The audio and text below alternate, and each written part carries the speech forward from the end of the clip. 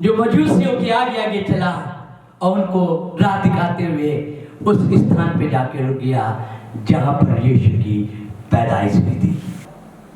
आप रोमन की किताब पढ़ते हैं 12 बाब और उसकी पहली आयत में लिखा हुआ है कि हे भाइयों, मैं सब तुमसे परमेश्वर की दया स्मरण दिलाकर विनती करता हूं कि अपने शरीरों को जीवित, पवित्र और भावता बलिदान करके चढ़ाओ। ये तुम्हारी आत्मिक सेवा है। अगर आप परमेश्वर के साथ जीवन व्यतीत करना चाहते हैं और अगर ये 3 बातें आपके जीवन में पाई जाती हैं तो आप जान लीजिए कि परमेश्वर आपकी सेवा को स्वीकार करेंगे। आज मैं इन 3 बातों पर प्रकाश डालूंगा। पहली बात है कि अपने शरीरों को आप जीवित अवस्था में परमेश्वर को समर्पित करिए। जीवित अवस्था क्या हो सकती है? आप तो कहेंगे मैं जीवित हूं। आपने जीवित इंसान को भी देखा है और मृतक इंसान को भी देखा है। आप जिंदा और मृतक लोगों दोनों में आप पहचान कर सकते हैं। जिंदा इंसान हम उनको समझते हैं जिनको शरीर में एक्टिविटीज हैं और मुर्दा इंसान हम उनको समझते हैं जो शरीर में जिनके एक्टिविटीज ना हो। लेकिन आपको बता दें, हर एक वो शख्स, चाहे वो वेंटिलेटर पे लेटा हुआ है और जिसकी सांसें चल रही है, वो जिंदा ही कहलाता है संसारिक तौर से। लेकिन आप आध्यात्मिक तौर से उसको देखें तो संसार में पाए जाने वाला इंसान जो संसार की अभिलाषाओं को, इच्छाओं को पूरा अपने जीवन से करता है, वो इंसान जो दुनिया की तरह सोचता है, दुनिया की तरह कार्य करता है, वो इंसान बाइबल के अनुसार मृतक है। लेकिन वो इंसान जो दुनिया में रहकर परमेश्वर की इच्छा के अनुसार उसकी आज्ञाओं का पालन करते हुए एक अच्छा बेहतर जीवन जीता है, वो जीवित कहलाता है। जो इंसान के अंदर फीलिंग्स होती है, जो लोगों के दुख को देखकर दुखी होता है, जो शोक मनाने वालों के साथ शोक मनाता है, जो दूसरों को दुखी देखकर वो भी दुख से भर जाता है। लेकिन जो मृतक इंसान है वो कठोर व्यक्ति है। दुनिया में ऐसे बहुत से व्यक्ति हैं जो दूसरों की तकलीफों को देखकर, दूसरों के दर्द को देखकर, दूसरों को आसार देकर उनको कुछ भी प्रभाव नहीं पड़ता है। उनको अगर प्रभाव पड़ता है तो उनको अपने से, अपने जीवन से, अपने परिवार से, अपने बच्चों से। लेकिन जो दुनिया के दुख, तकलीफ और मुश्किलातों से भरे हुए लोगों के प्रति अपनी संवेदना प्रकट ना कर पाए, परमेश्वर के वचन के अनुसार वो व्यक्ति मृतक है। जो इंसान अपने जीवन में दूसरों के प्रति दया प्रकट ना कर सके, वो मृतक है। और बाइबल बताती है कि आपको अपने जीवन में दया से भरा होना चाहिए, सकारात्मक रवैये से भरा होना चाहिए। आपके जीवन में दुख, तकलीफ, मुश्किलातों के माहौल में भी आपको एक सकारात्मक व्यक्ति बनकर उनका सामना करने की जरूरत है। अगर आप इन परिस्थितियों में सकारात्मक होते हैं, मजबूत खड़े होकर उनका सामना करते हैं, तो आप एक जीवित मनुष्य कहलाते हैं।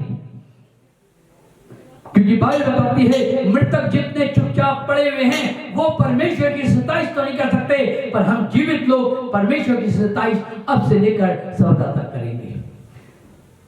जो व्यक्ति जीवित है उनके जीवन में लाख मुश्किलातें हो, परेशानियां हो, दिक्कत हो, दुख हो, बीमारी हो, नाकामयाबी हो, असफलताएं हो, लेकिन उस दौर में भी वो इंसान अगर सकारात्मक सोच रखता है, सकारात्मक जीवन जीता है, तो असल में वही इंसान जीवित अवस्था में पाया जाता है। बाइबल ऐसा बताती है और परमेश्वर वचन बताता है कि तुम अपने शरीरों को जीवित, पवित्र और परमेश्वर को भावता हुआ बलिदान करके चढ़ाओ। यही तुम्हारी आत्मिक सेवा है। आप अपनी जिंदगियों में लाख परेशानी, मुश्किलातें, दुख, तकलीफ होने के बावजूद भी उनका सामना करना सीखिए। और जो जीवित मनुष्य है, जो सकारात्मक मनुष्य है, वो लाख प्रॉब्लम, तकलीफ, संकट, दिक्कत, गरीबी, दुश्वारी, बीमारी, नाकामयाबी, असफलता आने के बावजूद भी वो इंसान उन परिस्थितियों का सामना करता है। और ऐसा व्यक्ति जो अपने जीवन में इन परिस्थितियों में सकारात्मक रहता है, वो मंजिल को पाने वाला होता है। दूसरी चीज बाइबल बताती है कि अपने जीवन को हम परमेश्वर के हुजूर पवित्रता से भरा हुआ सौंपें। बाइबल तो बताती है कि दुनिया में कोई भी इंसान पवित्र नहीं है, एक भी पवित्र नहीं है, तो कैसे हम पवित्र बन सकते हैं? शरीर में तो हम आदम की संतान हैं, हमसे गलतियां होती है, हमसे प्रत्येक दिन पाप होता है, लेकिन बाइबल बताती है कि ऐसे व्यक्ति को अपने जीवन में अपने दिल पे काबू करने की आवश्यकता है। Praise the lord. प्रभु यीशु मसीह के मधुर मीठे नाम में हम आपको खुशामदीद कहना मांगते हैं। आज के दिन हम प्रभु के संदेश को लेकर आए हैं, और खास तौर से क्रिसमस के ओकेजन पर। आपको मालूम है कि जब हम लोग क्रिसमस की बधाई एक दूसरे को देते हैं, तो हम लोग मैरी क्रिसमस कहते हुए एक दूसरे को बधाई देते हैं। मैरी का मतलब होता है खुशी, और क्रिसमस का मतलब यीशु की पैदाइश को खुशियों में बांटना। क्रिसमस हमारे जीवन में इसलिए आता है कि हम लोगों को यीशु की पैदाइश के बारे में बता सके। बाइबल बताती है कि आज से 2000 वर्ष पूर्व इस दुनिया में आसमान से फरिश्तों ने एक संदेश लेकर दुनिया में एक पैगाम को लेकर आए, और वो संदेश ये था कि देखो, दाऊद के नगर में तुम्हारे लिए एक बालक उत्पन्न होगा, एक कुंवारी गर्भवती होगी और पुत्र जनेगी, और उसका नाम यीशु रखा जाएगा।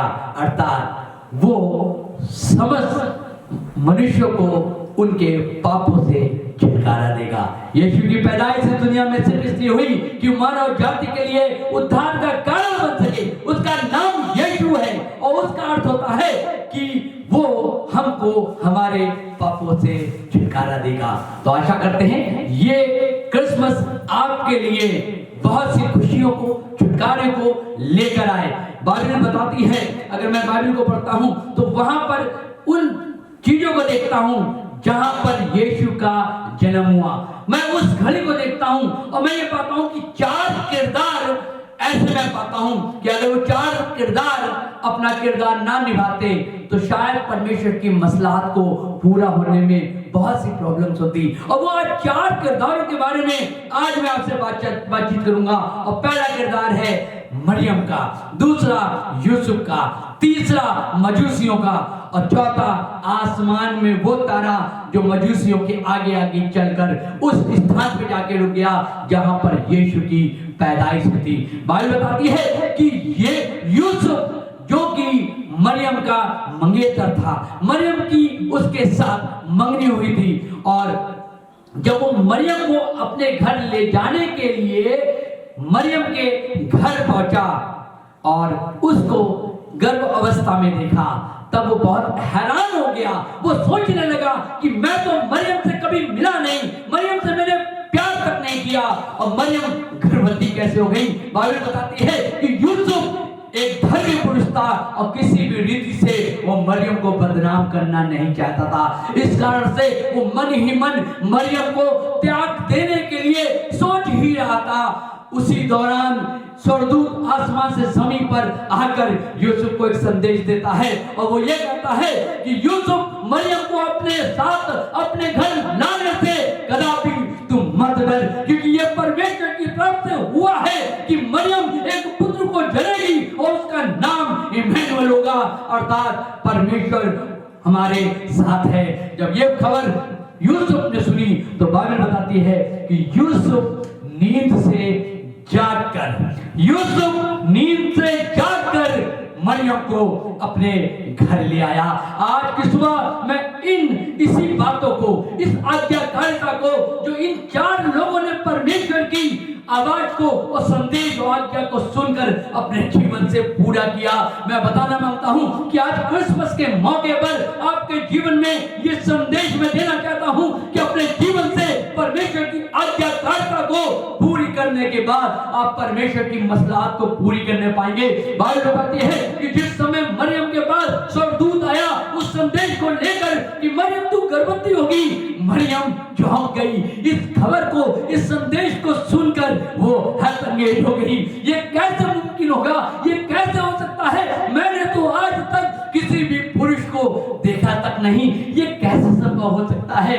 तब जिब्राइल फरिश्ते ने कहा कि ये परमेश्वर का आदेश है, ये परमेश्वर की तरफ से हुआ है कि तू गर्भवती होगी और पवित्र आत्मा के द्वारा एक पुत्र को जनेगी। बाइबल बताती है कि मरियम ने कदापि इस बात को चिंता नहीं करी कि मेरे साथ क्या होगा। इमेजिन कर सकते हैं, कुमारी लड़की है और उस समय बाइबल बताती है कि स्त्रियां लोगों के मुंह तक को नहीं देखती थी और उसी दौरान परमेश्वर की आज्ञा को जानते हुए कि ये संदेश जिब्राइल फरिश्ता परमेश्वर की आज्ञा के अनुसार मेरे लिए लाया है, उसने परमेश्वर की आज्ञा को अपने जीवन में स्वीकार किया और वो यीशु नासरत को जन्म देने वाली बनी।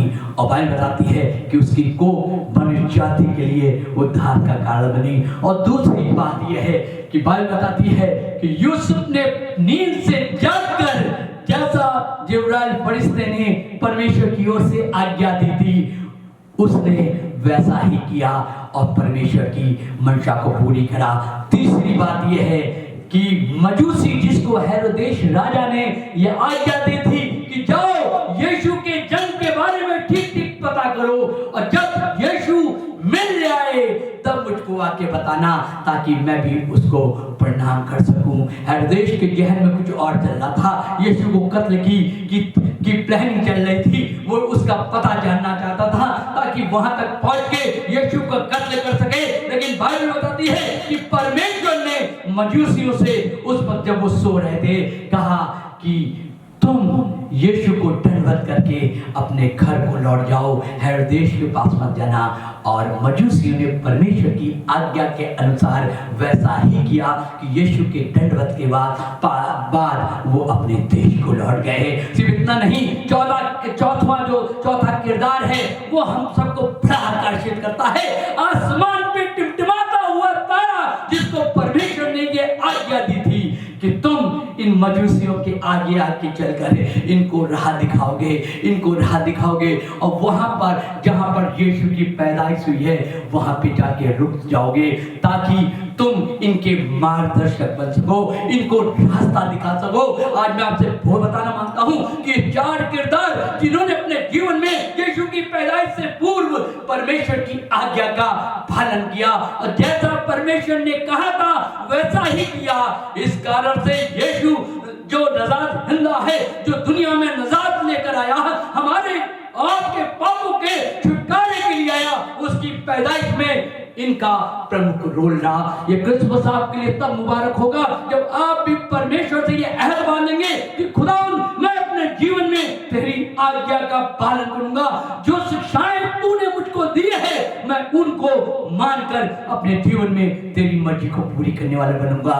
अगर ये अहद आज आप बांधते हैं तो ये क्रिसमस आपके लिए बहुत बहुत मुबारक ठहरेगा। आप क्रिसमस के मेन मकसद को जान सकेंगे क्योंकि क्रिसमस यीशु के पैदाइश 2000 वर्ष पूर्व हो चुकी, लेकिन आज जब हम अपने जीवन से परमेश्वर की मर्जी को पूरा करते हैं तो उसकी पैदाइश के सही मकसद को जानते हैं। और क्रिसमस का मतलब होता है कि हम उन खुशियों को जो यीशु के संदेश को लेकर स्वर्गदूत जमीन पर आए थे, जो संपूर्ण मानव जाति के उद्धार का कारण थी, उस खुशी को लोगों तक बांटते हैं। खुशियों को बांटना ही क्रिसमस का असली मकसद होता है। तो ये क्रिसमस आशा करते हैं आपके लिए बहुत बहुत मुबारक रहेगा। Thank you very much.